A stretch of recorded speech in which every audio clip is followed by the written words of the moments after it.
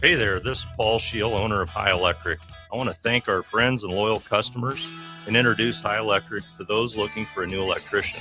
We've been serving the Lincoln and Omaha area for over 30 years, from design to install, upgrades, and repair. If you are a homeowner or a small business needing some electrical work, call us at 402-466-6606 or check us out at hyelectric.com. We look forward to hearing from you.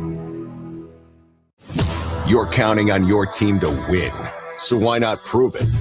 By placing your bets at Warhorse Sportsbook. Their win is your win. Put your money where your mouth is on nearly every sporting event. Use the Warhorse app to check odds and build your bets before placing your wagers in person at Warhorse Casino, including live in-game betting. No bets, no glory. Wagers may only be placed on Nebraska-based teams when played outside the state of Nebraska. Must be 21 or older to gamble. Gambling problem? Call 1-833-BET-OVER. There once was a man from Nebraska who went searching for food in Alaska. When his stomach was rumbling while laying in bed, he could think of only one option, Führer's cheese spread. So he left at once and drove day and night to return back home for cheese spread delight. Now his stomach is full and the voice in his head tells him no more vacations without Führer's cheese spread. Find yours today at most local grocers. This is Lincoln's home for sports talk on the FM dial. Also online at theticketfm.com. On the internet, KNTK FM Firth, 93.7 The Ticket. If you're seeking a career with a growing company, Gaina Trucking and Excavating is hiring and looking for additions to their team. Gaina Trucking has a strong team culture, competitive pay, 401ks, and benefits like health, dental, and vision. Drivers are guaranteed 40 hours per week, even in the winter months, and are home every night. Start your career today at Gaina Trucking and Excavating. Apply today at gainatrucking.com. Are you looking for an exciting new way to put your skills to work? Explore new career options in the fintech industry at Currency, a Sandhills global company. We offer full-time positions in financial sales, compliance, operations, and other fields. We also offer a 4.5-day work week, an attractive benefits package, and opportunities for advancement. Put your motivation to work and grow with us at Currency. Visit gocurrency.com/careers to learn more. Transform your watch party into a full fan experience. Benny's Battle Barge from Arbor Axe House is the mobile axe throwing trailer designed for fans who want more than just to watch from the sidelines. Step into a lane and go head-to-head while the game plays on screen. It's safe, fun, and perfect for groups who take their sports and their competition seriously. Upgrade your fan headquarters today. Charter the barge at arboraxe.com or call 402-802-9696. Arbor Axe House at the corner of N Street and Antelope Valley.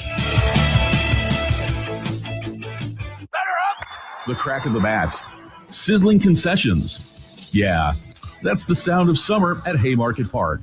It's been that way for 25 seasons. And in this city, it's not a matter of if you'll catch a game, it's how many. Safe. That's because there's always something in play for Salt Dogs fans. From saluting our troops to Friday night fireworks, your local tradition plays on.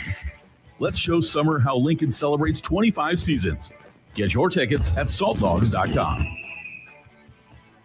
Staying healthy and comfortable starts with the air you breathe. If you're noticing more dust, odors, or allergies, it could be time for duct cleaning from Bryant. Pure Air starts with cleaner air ducts. Pair with enhanced filtration and purifications options, and the difference is amazing. When the air you breathe is clean and fresh, your home smells fresher, and your family is healthier. Time for cleaner air in your home? Call Bryant for a free estimate. Bryant Air Conditioning, Heating, Electrical, and Plumbing. 467-1111. Bryant, whatever it takes.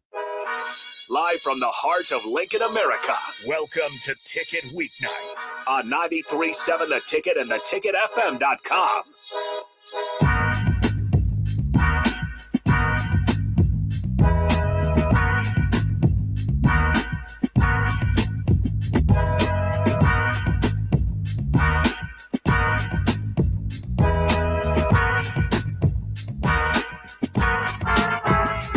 Welcome in, Royals recap here on a Monday evening, 93.7 The Ticket, ticketfm.com. Nick Whyman hanging out with you. Coming out of the bullpen, no Austin Oerman. He couldn't make it. Plans change. But with that, Royals fan for an hour a week now, Rudy Gress the fourth, I guess? Yes, yeah. I see the Royals the same way I saw the Huskers when I got here, to the point of, is this the team I grew up with? No. But now that I'm here, I'm indulged in the culture. I'm learning daily. And I'm I'm holding my own when it comes to the Royals. I'm learning day by day. Obviously, I know the basis and I know some bigger things about the Royals, but it's always fun learning from you, Austin, the rest of the crew here. Just learning the Royals lifestyle here is what I'm doing. The Royals lifestyle. Yes. I will say, Rudy, growing up here in the heart of Lincoln, seeing, Alex Gordon play for the Royals, through the ups and downs, where that's 100 lost seasons, there were a couple World Series appearances and World Series title. There's a lot of losing in there. So you see a lot of losing seasons, especially recently. I mean, they did make the playoffs in 2024, but outside of that, has not been pretty throughout, last 20 years. So Kansas City Royals recap, as always, 6 to 7 here on 93.7 The Ticket, ticketfm.com. If you want to be a part of the conversation, Royals fans, you get a chance to breathe. A pretty successful week, Rudy, for Kansas City. A 5-2 overall week out there in Detroit. And then, winning, 5 of those 7 games is pretty impressive, especially the Royals, who have struggled at Comerica Park over the past couple of weekends when they've played there. But it's a very interesting time for Kansas City because the trade deadline, we'll talk about it here momentarily in the next segment, but I think we have to step aside from the wins and losses and the current record, the buyer-sellers talk at the trade deadline for a Royals legend, potentially an MLB Hall of Famer in Salvador Perez. Made history yesterday or a couple days ago, hitting 318th, his home run in his career, passing George Brett for the most home runs in Kansas City Royals franchise history. Royals been around since 1969, and Salvador Perez etches himself into history. Numbers are down across the board, but he does it in Detroit, which ironically, Rudy, his first career home run was in Detroit. Wow. So pretty full circle moment for Salvador Perez for that. I want to ask you, Rudy, because Salvador Perez, there's all the debate with the analytics and the advanced analytics and just looking at numbers. Salvador Perez, Hall of Fame talk. Royals Hall of Famer, 100%. Oh, yeah. One of these days, that 13 will be up there with the Frank White 20 and alongside the George Brett number 5 at the end of the day. But Major League Baseball, the Baseball Hall of Fame, does Salvador Perez belong in that sentence? Because he has the resume. However, a lot of people look at the statistics and say, no.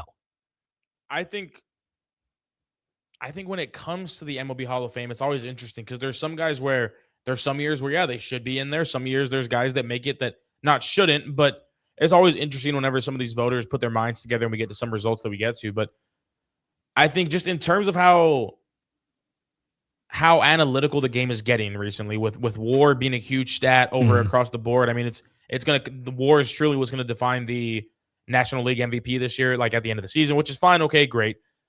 But I think when you look at careers and you think of Hall of Fame, I think it'd be crazy to simply go off of one stat like WAR and be like, okay, well, he's going to be at a career 30 WAR. It's not near the 50s where you usually expect your Hall of Famers to be, which again is wins above replacement for those who may not know. But I think for a guy like this, 318 career home runs, the most in franchise history, World Series MVP in there, wins a World Baseball Classic, obviously a staple of the franchise, the face of the franchise, truly. Obviously, you got Bobby Witt in there. That's not what I'm trying to discredit, but there's guys along the way of just every team. And he really identifies with what it is to be a Kansas City Royal. Again, I didn't grow up with this team, but you could have asked me this at the age of 10. You could have asked me this at the age of 15, just who is a Royal to me, and no matter what, without a doubt, it was going to be Salvador Perez. Like, that is the identity he's created for himself, and I think the voters do favor some guys like that. I think the stories that go, the loyalty to the franchise, the success you've brought along the way, and at a premier position where, the defense is kind of slumping lately, or at least slowing down, but you're aging. That's not the worrisome factor by any means. I think the situation he's in, what he's done for the city and the franchise, World Series champion, like I'm perfectly okay with him. And I think he should be an MVP. I mean, a Hall of Famer. Sorry. I think he was a World Series MVP. Yes, he was. I think he should definitely be a Hall of Famer. I think it is going to just come down to what the voters are maybe favoring when they're thinking about, okay, should he be in there? If you're looking for more and you're looking from straight stats compared to former catchers who made the Hall of Fame, the numbers are a little lower than your Yogi Berras and names like that. But I think for who Salvador Perez is, what he's done for the franchise, his true statistics, and just the narrative around him, I think he's a true, again, identity of what a Hall of Fame catcher, Hall of Fame player should be. And like you said, like the heart and soul of Kansas City Royals baseball. A lot of people older saw George Brett be the heart and soul of Kansas City baseball. There's a season, I have it written down here, he racked up over 3,000 hits in his career, won 3 batting titles in 3 different decades during his career. He won the 1980 AL MVP. And then during that 1980 season, Rudy, the year he won MVP, he was nearing a 400 batting average on the season. He batted 390 that season, just fell short. So that's a stat that really stands out. But you look at the Salvador Perez resume across the board. The reason for it, like, he passes George Brett with the home runs for the all-time franchise record. We've talked about that. With the catching position in Major League Baseball, you sometimes see those power hitters nowadays where that's all they do. But they also you have your defensive guys. I mean, there's so many catchers who usually bat bottom of the order, and they're just there for defense. And usually those guys turn out to be, solid Major League players every day. Sometimes managers go on as well.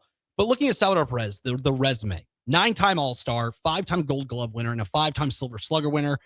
You also look at the stats here as well. With the names he's up there, he's one of 3 catchers with 300 home runs and 5+ Gold Gloves in his Major League career. Do you know the other 2? Legendary names at the catcher position. That have what? Can you read the stats again? 300+ home runs in their career, and then they were also a 5-time Gold Glove winner. There are 3 names. Salvador Perez is one of them. Okay. There's 2 other ones. And you said they're legendary names. Okay. Yeah. Well, one of them played in the 2000s. I was a catcher. Is it 2000s a Yankee? No. Are any of them Yankees? No. Oh. So I'll just give them to you to move on. So you have Johnny Bench, obviously, and then Pudge Rodriguez, Ivan Rodriguez. Pudge. And those are just the 3. And Salvador Perez is in some pretty well company there with those names. And you got to remember, like, these Hall of Fame ballots are always, the writers and everything like that. And sometimes they just see, they can carry their biases. And that's fine. But, I'm not saying Salvador Perez will be a first ballot Hall of Famer. It might take a couple years, and that's fine.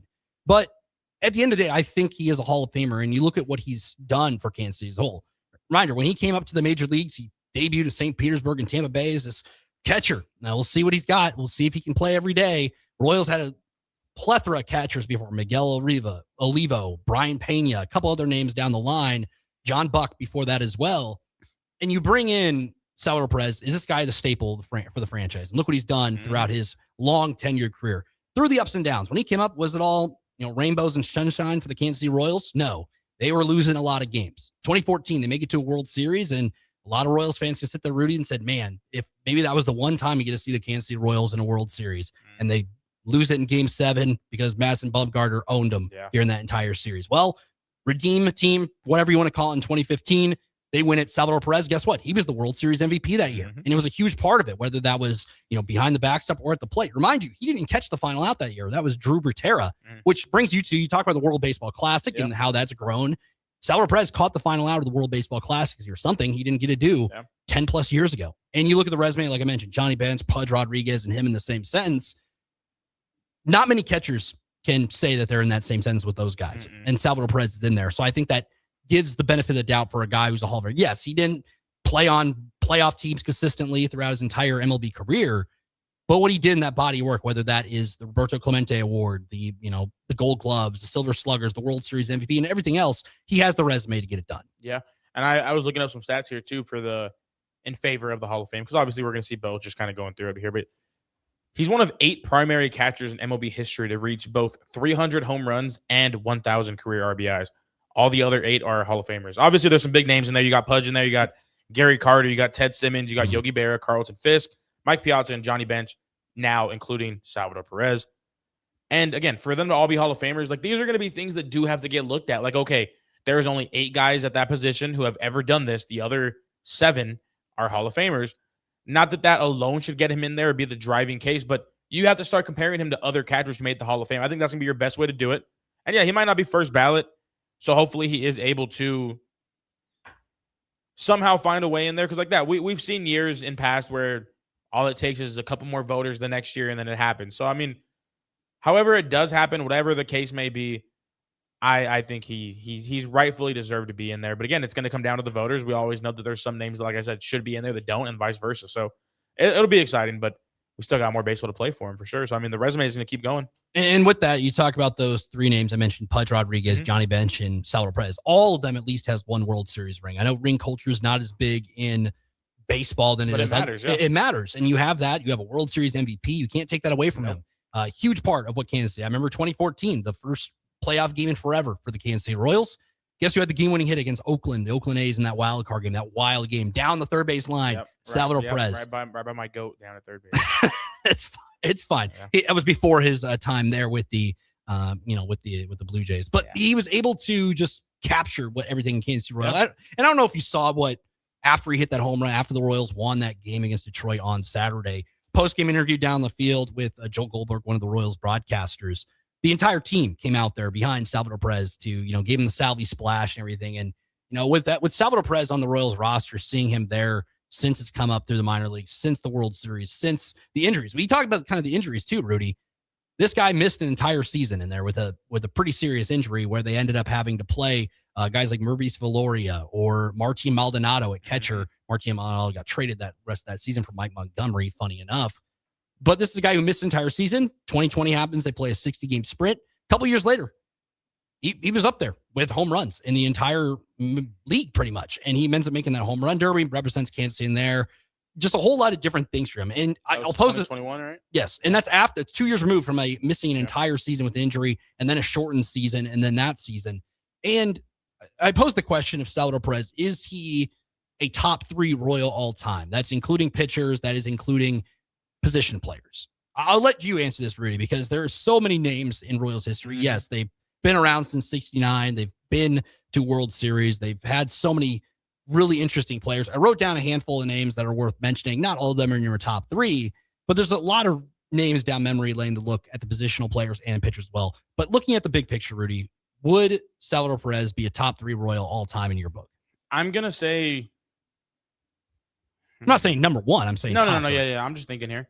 I would say yes. Again, I think most of that's going to come from just my age and my time of not knowing the former names. And like I've mentioned, I'm learning the Royals culture here. But when you think Royals, you're going to think your George Brett's. For me, I'm going to think Saberhagen's up there too. Maybe not top 3, but these are the names that come to my mind first off, obviously. But I think just in the time that I've truly probably been alive here, there's not a name that stands out amongst more than the Royals. And I'm sure you could go back and find some back in the history books for sure.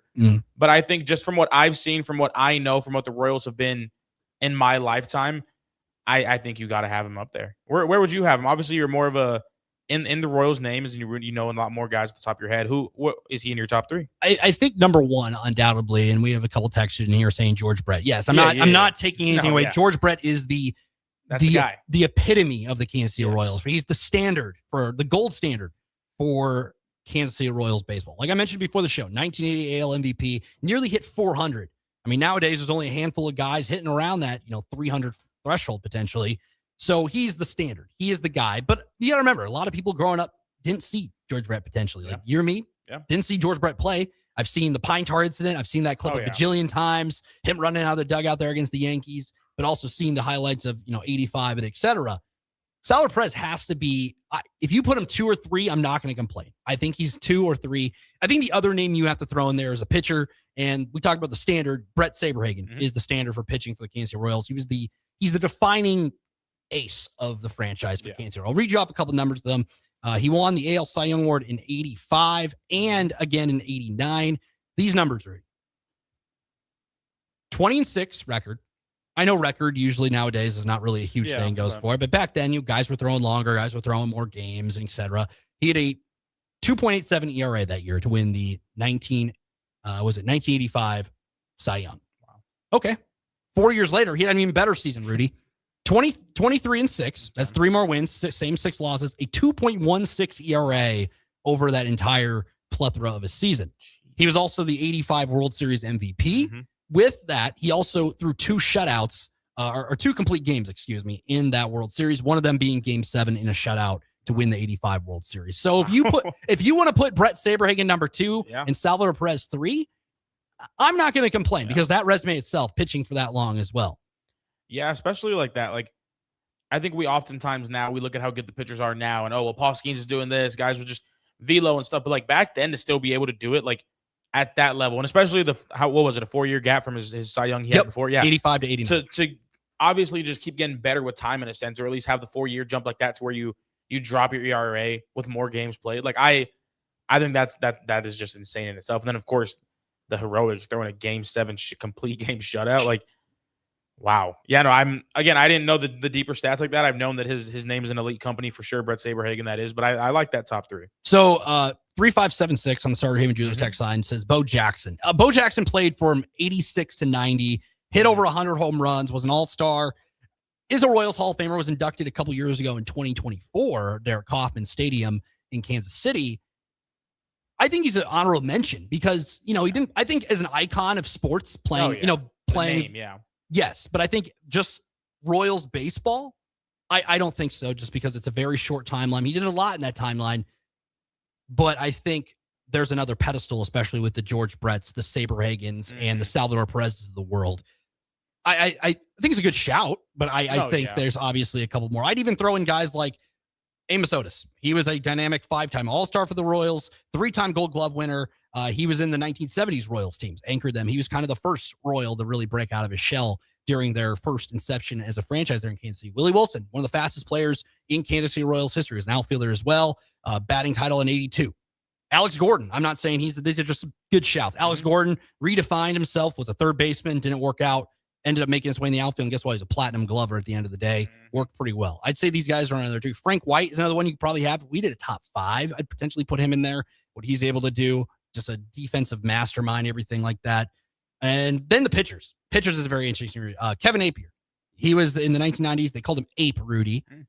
He was led the league in ERA with a 2.56 in 93, and he's the franchise all-time strikeout king with over 1,400 strikeouts. But I think there's a huge step down.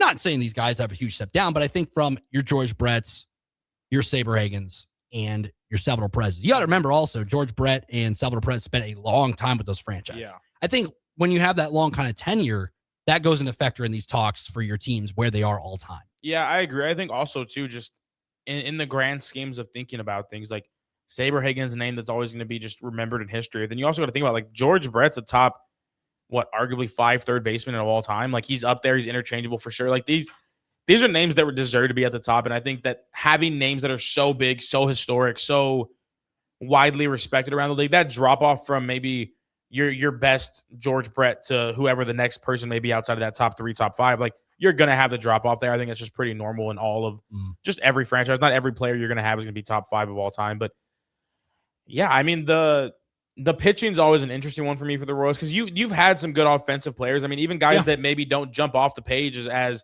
the most elite hitters. You still think Eric Hosmer's up there as a name that was contributing in a lot of these runs, a lot of the success growing up for me watching baseball as a whole. That's a name that was always there. And I think just there's been a lot. I feel like the Royals produce some very elite role players is how I always kind of seen. Like, they don't, not even in a sense of they're bench guys that come up, but they're guys that are developed so well to fit the Royals system to where, like, yeah, maybe they're not all going to be Hall of Famers, and that's fine. But I feel like the Royals have done a good job of kind of making the pieces fit to the puzzle that they have with guys that we've mentioned like that.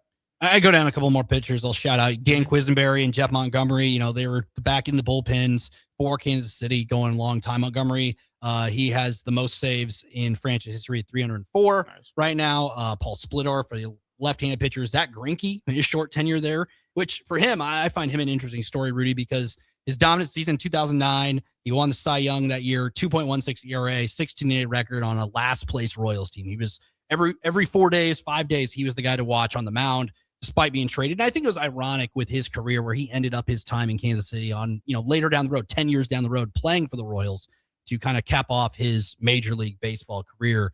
So it's rather interesting, but I think your top 3, I think those guys there, like I said, George Brett's number 1. If you mix Saberhagen and Salvi, I'm not going to, butt heads with you, but I think those 3 above all, like what you said, were guys who are, you have some good role players. Like that 2015 team, did they have the most star-studded team when they won the World Series? You had just a good group of guys who played, small ball. You had Lorenzo Cain, Mike Moustakas, Alex Gordon, Eric Hosmer, and Salvador Perez. I think Salvador Perez also, just to kind of cap off the segment, Rudy, embodiment of Kansas City Royals baseball. Like you said, like some people nowadays are younger, didn't get to see that 85 team in the World Series.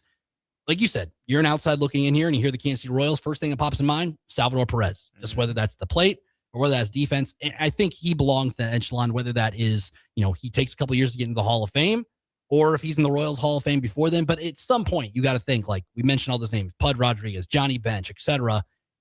It has to be a Hall of Famer at the end of the day. Yeah, if not, I mean, again, like there's a possibility, there's a world where he's not, and I'm not saying that that's the world that I want to be in, but I think when it comes to guys like Salvi, who you do have the debate to be put in, I think there's a reason for a debate. Like I can see both sides of the coins truly when you're maybe debating him against other players, but yeah, I like where he's at. And again, like for me, the thing that always, when it comes to players who are not aging per se in a bad way, but when you've had the longer careers, what you do in the first half of your career is amazing. It's great, and it really defines who you are as a player. But what you're able to do later on is going to hold not more weight, but a decent amount of weight. This is a guy who 2021, again, I remember for rightful reasons because that was my Vlad year, but the three names, and it was truly not a toss-up. You kind of knew Shohei was going to win it towards the end of the season, but for the a long majority of the season, Salvi and Vlad were going for the home run race. Salvi was the key contributor into stopping Vlad from being the American League Triple Crown winner. Like, this is a guy who was competing with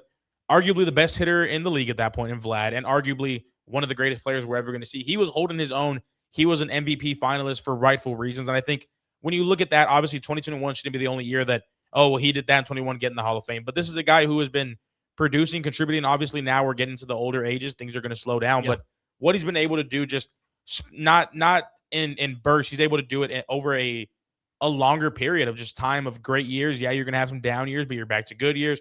He's very consistent. I think when you're looking at Hall of Fame guys, that should matter and that should hold weight. So before we go to break, we have the top 10 Royals home run leaders all time. People are curious here on the text line. Nice. So you have a tie at 10 between Eric Hosmer and then country breakfast Billy Butler. Nice. Billy Butler, another fun Royal. Is he a Hall of Famer? No, but he was a fun Royal. Those guys tied at 127. In ninth, then you have Mike Moustakas, Moose with 139.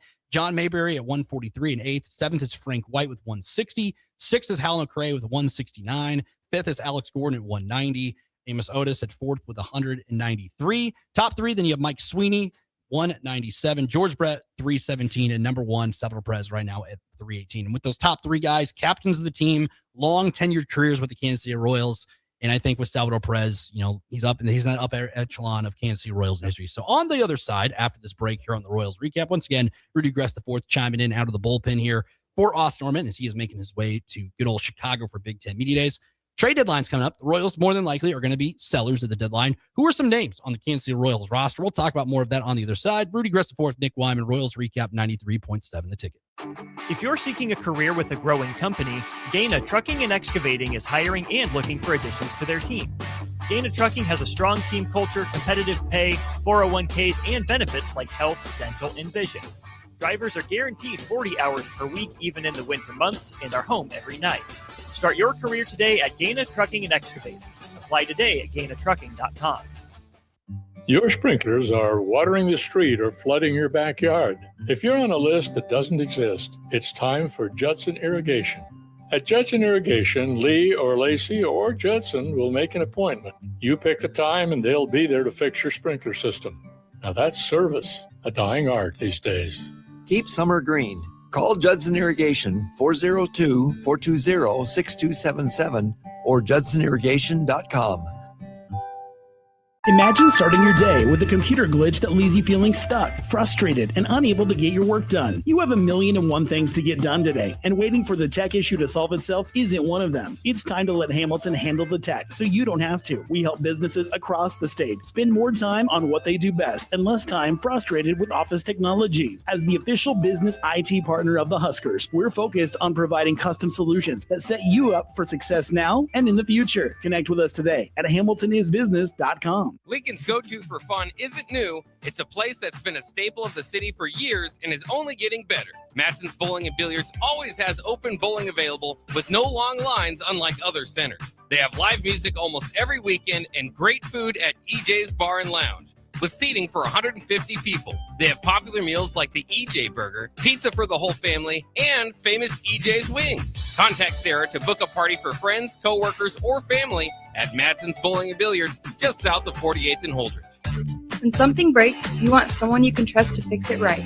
Empire Repair is now open in Waverly and ready to serve our community with reliable auto repair and maintenance. From routine service to bigger repairs, our team is here to keep you on the road. Stop by Empire Repair in Waverly or call 402-786-2224 to schedule your service today. Empire Repair, proud to serve Waverly. Hi, it's Sean Callahan here with Koppel Chevrolet GMC in Louisville.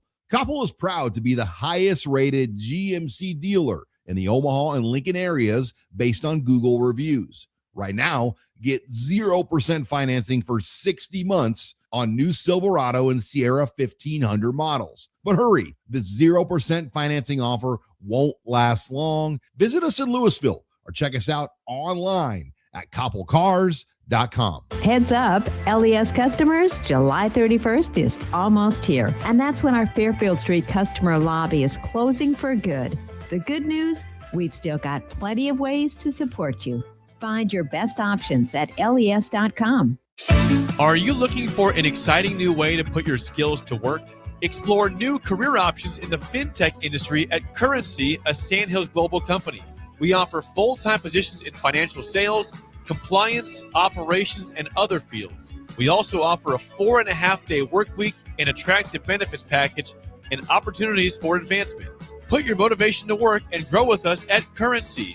Visit gocurrency.com/careers to learn more. Join Old School from 3 to 6 p.m. on Monday, July 27th from the U-Stop just north of Warhorse Casino for a special remote broadcast.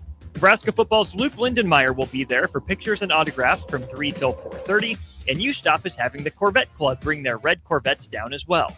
Plus, there will be a raffle for a Dr. Pepper tailgate, a signed Luke Lindenmeyer Dr. Pepper mini helmet and football, and other free Dr. Pepper merch will be handed out. That's all Monday, July 27th from 3 till 6 p.m. at the U-Stop by Warhorse Casino off of West Denton Road.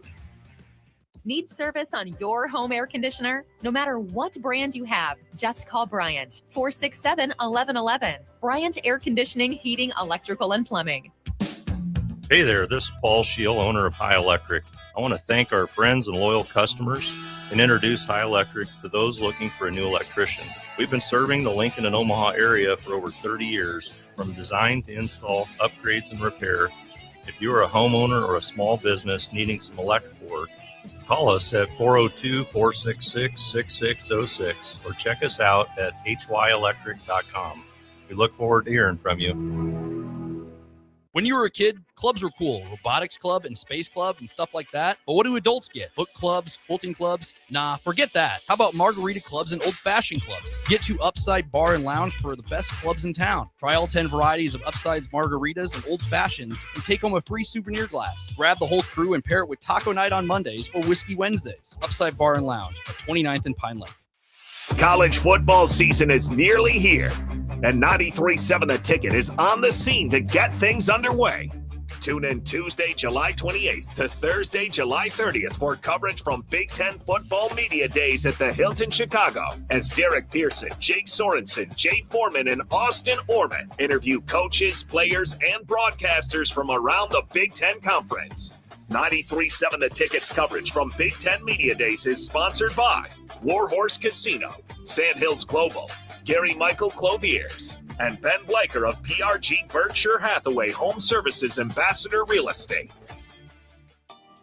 93.7 The Ticket is proud to provide listeners with daily opportunities to win contests and prizes on our airwaves. We would like to take this opportunity to remind you of a couple rules. All participants must be 21 or older and must wait 30 days after winning a prize to participate again. Once you win, you have 30 days to pick up your prize at the KNTK Studios at 1040 O Street in Lincoln, or your prize will be forfeited. Thank you for participating in our contest, and thank you for listening to 93.7 The Ticket. Back to The Ticket weeknights on 93.7 The Ticket and theticketfm.com.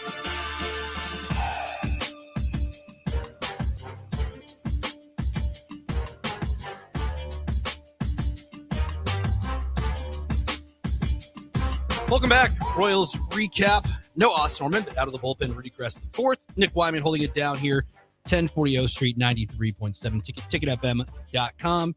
Just had a nice, lively discussion about Salvador Perez, his legacy with the Kansas City Royals, where he belongs on that totem pole of the greats to play. And the best part about Rudy, his career is still going on, whether it's this is the final season, and he's got 2 more years left on his contract. Nice. So maybe another season beyond. We'll see what the Kansas City Royals do. Not really primarily playing catcher anymore, just due to Carter Jensen having a really good. We talked about him when you were on here last time. He was on a hit streak, filling that leadoff role. But we'll see what the rest of the year and what the rest of the career holds for Salvador Perez. So if you'd love to be part of the conversation, 402-464-565. Well, the trade deadline is almost here. That's the best part about Major League Baseball, Rudy. Yeah. I'll say this real quick. After the All-Star break, I feel like the rumors and the trades just start flying everywhere across the entire league. Like, we saw the Red Sox make a trade with the Nationals the other day, and you see, a couple other interesting trades. Injuries happen where guys who are potentially being dealt end up falling away and not getting traded. But the Kansas City Royals, where they're at right now, not in great position for a playoff push unless they pull a Boston Red Sox and win 2 weeks worth of games, which, you go 5-2. You feel good about that, but that's nothing like a 15-game winning streak that turns around your season. But for the Kansas City Royals, you're going to be sellers at the deadline more than likely. There are some names on the roster because each team usually makes at least one deal. And Kansas City has some guys on the roster who are on veteran deals, guys who could be off the bench bats come the postseason. The Royals have had a couple names who have been traded and made some noise.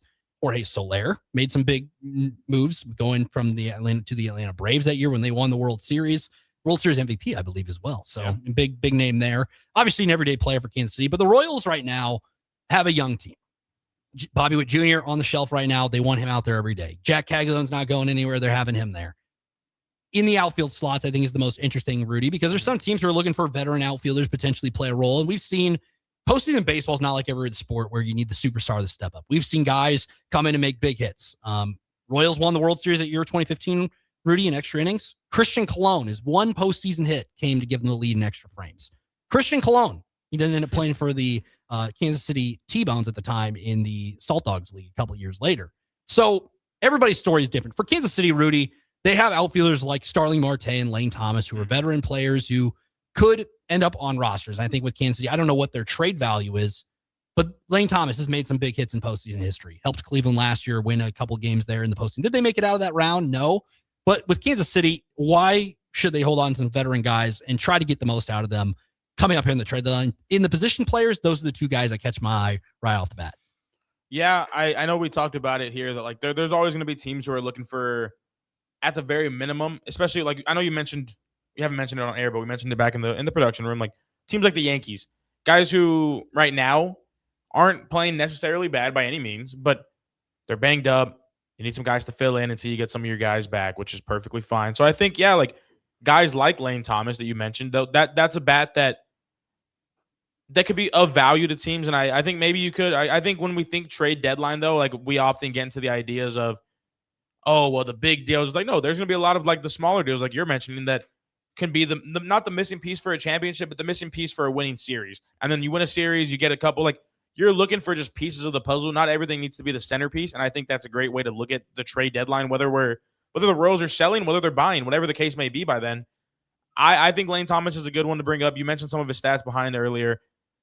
When you think of teams like the Royals right now, like they're at an interesting spot. What do you think is some of the things that if they're going to be buying, if they're going to be trying to, because obviously when you do a deal, you're getting somebody back in return. What are you hoping for the Royals kind of go out and get? I think for like a guy like Lane Thomas, you're getting a prospect, a young, potentially a guy. I'm not saying you're getting like a top 100 prospect. No, yeah. But the Royals are a team that's not going to, swing for the fences. No pun intended there. Mm-hmm. They're going to get a guy who's kind of on a lower tier contract in the minor leagues and see what they can get. Royals have not developed guys recently very well. Asa Lacy was a 2020 first round pick. He's already out of the organization. Gavin Cross has hit 5 straight home runs in 5 days down with the AAA Omaha. And if you trade an outfielder, like I said, like a Lane Thomas or a Starling Marte, 2 outfield bats who have a lot of experience in Major League Baseball, you move one of those guys out. Gavin Cross has kind of been, coming out of Virginia, first round pick for the Kansas City Royals, did not hit the ground running very well to begin his tenure in minor league baseball. Struggled in rookie ball. He's now up in AAA, starting to mash a little bit. If you trade a Lane Thomas or Starling Marte or both potentially for another prospect, that opens up a room for Gavin Cross to move up to fill that 26-man roster spot. And who knows?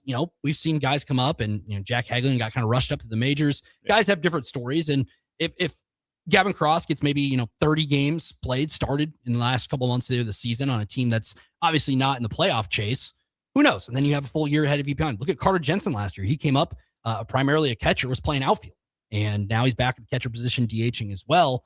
He looks solid. He looks like he belongs. Gavin Cross can get that kind of momentum as well. I also look at the pitching. Michael Wacha is an interesting one, a veteran pitcher. We've seen him play in postseason. Seth Lugo, interesting contract. Do the Royals want to get rid of those guys for potential couple prospects, etc.? Because I'm not expecting the Royals to get MLB ready guys in some of these deals. Potentially some like low A, high A, double A prospects at the end of the day.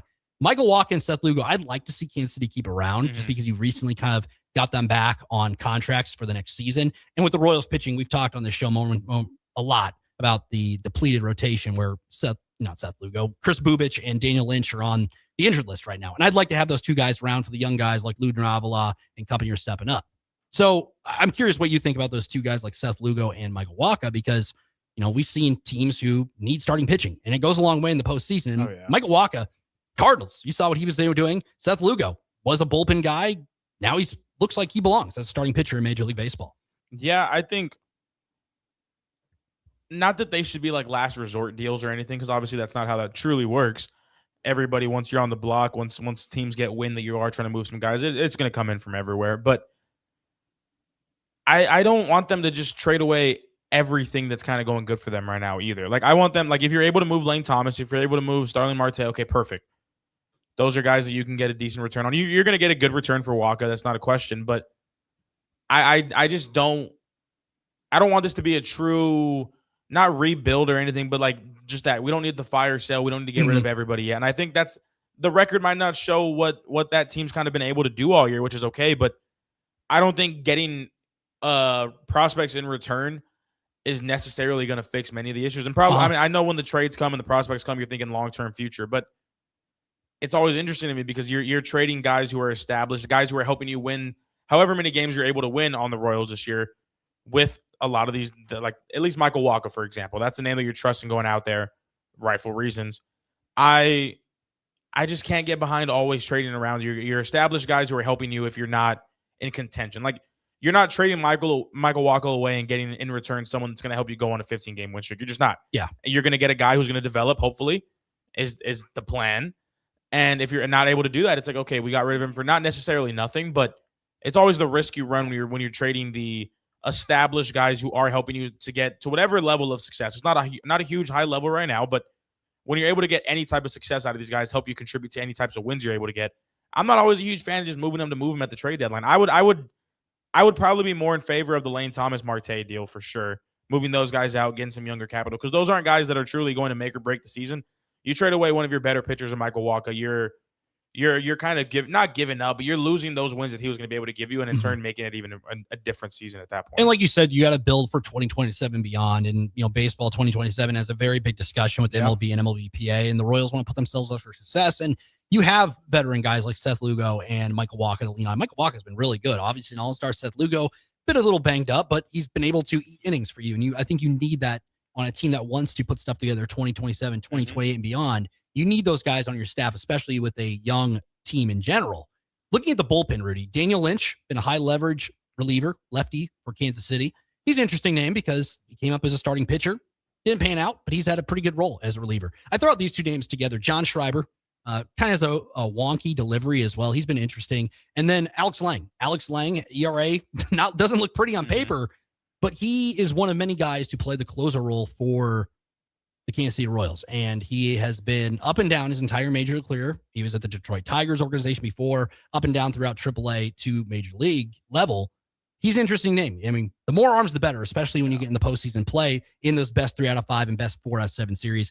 I think more than likely, if I had to think, Rudy, you talk about the veteran outfielders and the pitching. I think one of those pitchers is more likely to go than one of those outfield bats, just because I think pitching goes a long way. And we've seen it constantly in postseason baseball. Yeah, I think I wouldn't disagree with that at all. I just think in terms of what I would favor if I'm a Royals fan, I'd probably favor moving those guys. But yeah, I mean, it's never going to be what the fans want in these deals. And I love that because we always have different perspectives than the organizations, and it's always so funny. But I would agree. I think pitchers, you're always going to find value in those guys. Not every team needs a Lane Thomas. Not every team needs a Starling Marte. But every team needs better pitchers in the bullpen. That's not a question. That's when you just think of recent World Series, you want to think of the Toronto Blue Jays. Jeff Hoffman, one of the best guys they trade for him, sign him to a deal, whatever it may have been. Obviously, he lost the game. But those are the moves you make when you're in these situations to say, you know what, we're a Jeff Hoffman away, and we're a certain pitcher away. And I think that you're more likely to move those guys if you are going to an organization who isn't having the best of years. I would probably lean more to a pitcher movement. I just really hope it's not Michael Wacha, in my opinion. So all the names I've mentioned, whether it's the relief pitching, the starting pitching, the veteran outfield depth, which one of the names do you think you should keep an eye on as the trade deadline looms here at the beginning of August? I'd probably just still be on either of those bullpen guys you mentioned. I think those are the more realistic moves. I really do. Like you mentioned, they're teams that every team in the league is going to need better pitching like that to make a deep postseason run. You're really relying on every single guy you've got in that bullpen, whether you're dominating, whether you're winning 7-game series, you need pitchers. I think those are going to be the more likely guys to move. Because also, if you're the Royals, you don't need to move off any of your position players. You don't need to move off a starting pitcher like Michael Wacha. You move some of your bullpen guys, you can kind of live with that and kind of adapt to what you've lost there. So I think we're probably leaning towards more of a bullpen move, in my opinion. And the Royals are going to need more bullpen because they're trucking on here on this road trip. They just finished a 4-game set in Detroit, splitting that 2-2. Off tonight, no Royals game on the air, but they'll have a 3-game series at Target Field against Minnesota. Then they head out to Coors Field to take on the Colorado Rockies before returning home August 4th to take on the Twins once again. We'll preview that road trip and then see what the Kansas City Royals have in store because that'll lead right up to the trade deadline. He's Rudy Gress. I'm Nick Whyman, hanging out with you on the Royals Recap, 93.7 The Ticket, ticketfm.com. Are you ready for a new opportunity? Check out Sandhills Global. Join a dynamic team where your skills are valued and your career can soar. We offer full-time positions with a 4.5-day work week, competitive pay, excellent benefits, and a positive work environment. From IT and marketing to sales and finance, we're looking for talented individuals just like you. Apply today at sandhills.jobs and take the first step towards an exciting future. That's sandhills.jobs. Don't wait, apply now. Hey there, this is Paul Scheel, owner of High Electric. I want to thank our friends and loyal customers and introduce High Electric to those looking for a new electrician. We've been serving the Lincoln and Omaha area for over 30 years, from design to install, upgrades, and repair. If you are a homeowner or a small business needing some electrical work, call us at 402-466-6606 or check us out at hyelectric.com. We look forward to hearing from you. When you were a kid, clubs were cool. Robotics club and space club and stuff like that. But what do adults get? Book clubs, quilting clubs? Nah, forget that. How about margarita clubs and old-fashioned clubs? Get to Upside Bar and Lounge for the best clubs in town. Try all 10 varieties of Upside's margaritas and old-fashions and take home a free souvenir glass. Grab the whole crew and pair it with taco night on Mondays or whiskey Wednesdays. Upside Bar and Lounge at 29th and Pine Lake. Building a new home can be a challenge. A lot of big choices. With our Remington homes, we have designed 15 different floor plans that appeal to a wide range of people. Bob Benish of Aspen Builders, talking about Remington Homes, which makes the home building process easier. People really enjoy being able to go to our website, which is remingtonlincoln.com, pick a plan, pick a price point, go through and build it yourself. You have a lot of options, whether you want granite, painted trim, wood floors, more stone, all options with our Remington homes. People do not want to be married to their house payment. You're able to get what you really want in a home for a great price with very limited stress. And that's what Remington homes are all about. Home building is easier with a Remington home from Aspen Builders at 423-6811. Online at remingtonlincoln.com. remingtonlincoln.com. There once was a man from Nebraska who went searching for food in Alaska. When his stomach was rumbling while laying in bed, he could think of only one option, Führer's cheese spread. So he left it once and drove day and night to return back home for cheese spread delight. Now his stomach is full and the voice in his head tells him no more vacations without Führer's cheese spread. Find yours today at most local grocers. You're counting on your team to win, so why not prove it? By placing your bets at Warhorse Sportsbook. Their win is your win. Put your money where your mouth is on nearly every sporting event. Use the Warhorse app to check odds and build your bets before placing your wagers in person at Warhorse Casino, including live in-game betting. No bets, no glory. Wagers may only be placed on Nebraska-based teams when played outside the state of Nebraska. Must be 21 or older to gamble. Gambling problem? Call 1-833-BET-OVER. Are you looking for an exciting new way to put your skills to work? Explore new career options in the fintech industry at Currency, a Sandhills Global company. We offer full-time positions in financial sales, compliance, operations, and other fields. We also offer a 4.5-day work week, an attractive benefits package, and opportunities for advancement. Put your motivation to work and grow with us at Currency. Visit gocurrency.com/careers to learn more. Hi, it's Sean Callahan here with Koppel Chevrolet GMC in Louisville. Koppel is proud to be the highest rated GMC dealer in the Omaha and Lincoln areas based on Google reviews. Right now, get 0% financing for 60 months on new Silverado and Sierra 1500 models. But hurry, the 0% financing offer won't last long. Visit us in Louisville or check us out online at koppelcars.com. Ever look at your house and think, ouch, it's stuck in the past? Or realize that your kitchen needs a new everything? Like thousands of homeowners, you can simply call SprayNet Lincoln.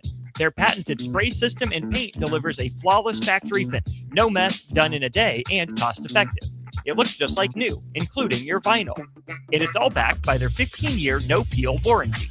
SprayNet Lincoln, custom chemistry and smarter painting. Google SprayNet Lincoln or call them now at 402-383-3336 or email ching@spray-net.com. Transform your watch party into a full fan experience. Benny's Battle Barge from Arbor Axe House is the mobile axe throwing trailer designed for fans who want more than just to watch from the sidelines. Step into a lane and go head-to-head while the game plays on screen. It's safe, fun, and perfect for groups who take their sports and their competition seriously. Upgrade your fan headquarters today. Charter the barge at arboraxe.com or call 402-802-9696. Arbor Axe House at the corner of N Street and Antelope Valley. Join Old School from 3 to 6 p.m. on Monday, July 27th from the U-Stop just north of Warhorse Casino for a special remote broadcast. Nebraska football's Luke Lindenmeyer will be there for pictures and autographs from 3 till 4:30, and U-Stop is having the Corvette Club bring their red Corvettes down as well. Plus, there will be a raffle for a Dr. Pepper tailgate, a signed Luke Lindenmeyer Dr. Pepper mini helmet and football, and other free Dr. Pepper merch will be handed out. That's all Monday, July 27th from 3 till 6 p.m. at the U-Stop by Warhorse Casino off of West Denton Road. Heads up, LES customers, July 31st is almost here. And that's when our Fairfield Street customer lobby is closing for good. The good news, we've still got plenty of ways to support you. Find your best options at les.com. Guys, if you're dealing with low back pain or trouble urinating, don't just live with it. These could be signs of treatable conditions. At Advanced Medical Imaging, their interventional radiologists specialize in minimally invasive procedures designed to relieve symptoms and improve your quality of life without major surgery. June is Men's Health Month. Take the step. Call Advanced Medical Imaging today to schedule a consult and find out what AMI can do for you. At Planet Fitness, your pace is as personal as your playlist. That's why right now, you can get up to 3 free months of Apple Music when you join for just $1 down. With best-in-class equipment, free fitness training, and a judgment-free environment, we have everything you need to go your speed. Join Planet Fitness for $1 down and get up to 3 free months of Apple Music. No commitment. Deal ends July 31st. Additional fees and restrictions apply. See Home Club for details. Back to the Ticket weeknights on 93.7 The Ticket and theticketfm.com.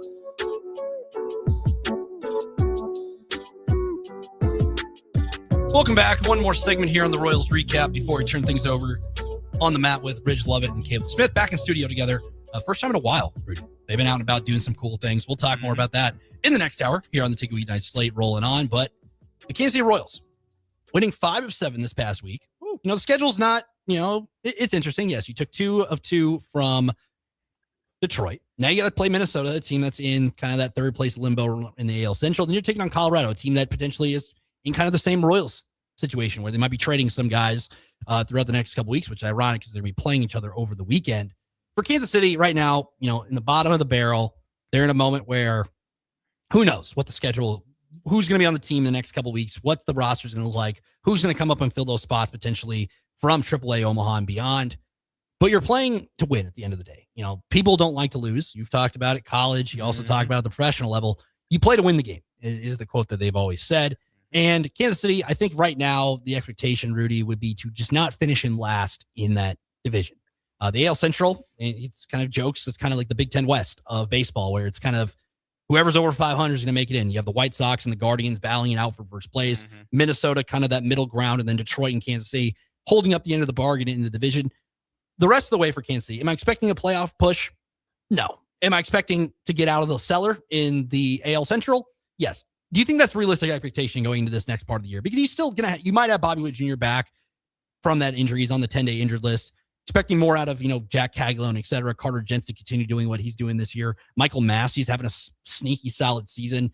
I think the rest of the way, you're just trying to just win ball games and not finish in the bottom of the division. Yeah, and I think that's a lot easier said than done too. I know, like we talked about previous, like losing, whatever, it's not fun, but you're also at a point now in the season where the road to glory of winning the World Series, it gets a little daunting in terms of how unrealistic it may seem. And there's always a possibility. I mean, we saw it with the Nationals a couple years ago, 2019. Anything can happen. But you're at a situation now where, you just all you have to do is just go out there and it sounds easier said than done, but just try to do your best to play the most complete game of football or baseball. Sorry, I was about to say it tied into the point I was trying to make earlier too. It's just when it comes to being in a slump, whether that's having a bad season, because at West Lane we just had one of those, the most important thing you can do is just wipe as much as possible. And it's easier said than done, but this is a team that is relatively young with the stars, Bobby Witt Jr. And again, if you're entering this coming weekend of the Twins and then you're going to Colorado, those are games that you can go out there. Not saying you're going to win all of them, not saying you're not, but you have to just compete as much as possible. Try to scrape out 2 series wins there. Because, again, you were 1 game away from taking the series from Detroit. You battled to get those last 2 wins and split it. I like that. You have the momentum, per se. You're rolling with the wins. Keep it going. You're going to Colorado, a team that's not strong by any means. I don't care if that's comparable to the Royals or not, but this is a Rockies team that doesn't got much going for them either. Go out there, hopefully, take advantage of that type of season they're having. And you said they're going to Colorado, obviously play with the Coors effect, have some fun. Like as corny and as childish as it's going to sound, you're hitting the point where the most you can try to do is go out there, win games, obviously, but try to do it the right way. Just have fun while you're doing it. I think once you hit that point of where losing games and that's all you can think about, nothing's going to get better. And I've seen it happen with my own teams. I've seen it happen with myself. You can try to focus on the losses and try to figure out what's been going wrong, but that's never going to be the case. You're never going to figure it out with overthinking. Go out there, play complete baseball, have fun while you're doing it. Again, this is a team that has Salvador Perez, Bobby Witt. Like, you have guys that are fun to watch, fun to keep doing the thing. Obviously, when Bobby's healthy, that's the case. But I'm with it. I think that they can, like that, maybe make a push, maybe not to the postseason, but at least give us a better standpoint for going into next season if you're not going to make the playoffs. If you go on a miraculous run, everyone's behind it. But if worse comes to worse, that's not the case. Give us something to look forward to going into next year. That's what I want to see from the rest of the season. Obviously, we still got months away till that's the case. Anything can happen. We've seen it, and I'm hoping for the best. And yeah, we saw with Boston what they were able to do. Am I saying Kansas City's going to do that? No. Is it possible? It's baseball. You got to come every day to play and see what happens. At Minnesota, you'll have Seth Lugo pitching tomorrow. First game, 6:40. That series. Wednesday, 6:40 as well. Then on Thursday, you'll have the getaway day with a 12:40 first pitch. Remember, all the games on 93.7 The Ticket. And then Friday, you'll get a 7:40 first pitch, a little later than usual. So it sounds like Real Talk will be on the air right away. It sounds like before pregame hits as well. Saturday's game is 7:10 first pitch Central Time in that one. And then Sunday's game, a 2:10 first pitch before the Royals take another off day. And on Monday, we'll be right back here on the Royals recap at 6 o'clock. Then the Royals will take on a familiar foe, Minnesota, once again, this time at Kauffman Stadium, which starts a interesting schedule for Kansas City, Rudy. They'll play Minnesota at home. The Cubs will come to town, and then they go at the Los Angeles teams. They'll head to California, take on the Angels and the Dodgers for a full slate of games. So like you said, you got to beat the best. You got to play the best. And the Royals will get an opportunity there as well. So a lot of Royals baseball. Off day on Monday, also this next Monday, but a lot of baseball in between. So thanks, Rudy, for stepping in for Oerman as he is getting traveling out for Big Ten Media Days. Guys. He'll have fun. Sounds like he's getting there. That's all that matters. Safe travels to everybody going out there for Big Ten Media Days. But on the other side of the 7 o'clock hour, we'll have Kayla Smith and Ridge Lovett here for All In. And the Ticket Weeknights continues to roll on here on 93.7 The Ticket and theticketfm.com.